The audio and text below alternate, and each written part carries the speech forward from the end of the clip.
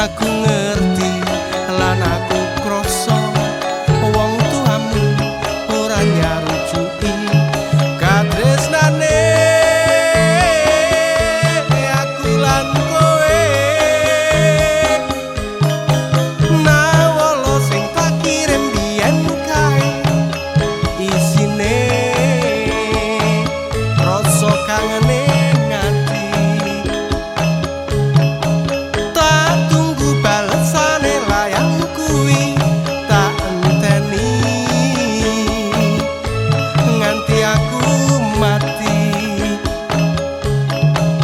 tresnaku iki pancen mung siji kanggo sliramu kusumane ngati. Nawala sing tak kirim biyen kae isine rasa kangene ngati.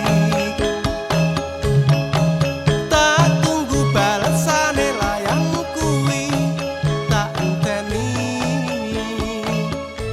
nganti aku mati. Tresnaku